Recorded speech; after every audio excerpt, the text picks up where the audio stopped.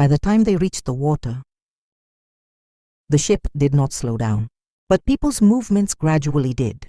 As the destination drew closer, there was no longer a need for everyone to hurry at the same time.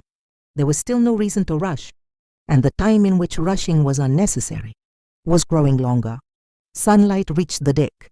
Unlike the night, this light was not filtered. Shadows thinned, and faces became easier to see.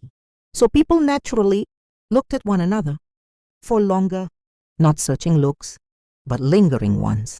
Ellen stood near the railing. She was facing the sea, but she was not really looking at anything. The sea always moved in the same direction, and the horizon was not what mattered now.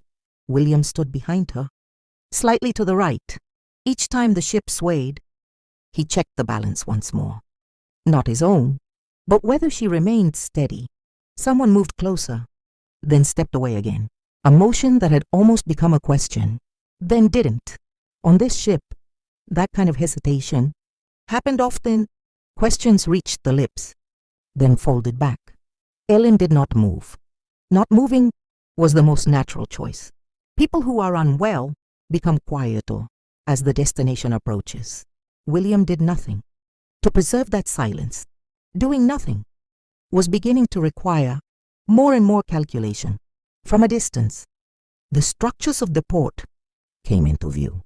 The outlines of buildings, smoke, anchored ships. The city had not arrived as sound yet, but it had already become an object of attention. Ellen did not lift her head. The one who looks at the city first is always the one who receives the questions first. She stood like someone who had not yet arrived. William shifted his gaze. Who was looking where? Where their attention paused.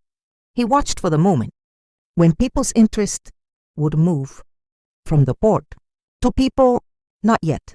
At this distance, the city still mattered more.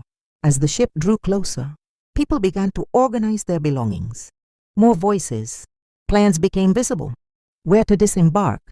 Who would be waiting? Ellen and William prepared nothing. Not preparing was the most precise preparation. For now, someone laughed. Someone called a child. Between those sounds, the two of them remained in the same positions. The one who stood in front, the one who remained behind, the one who did not speak, the one who listened instead.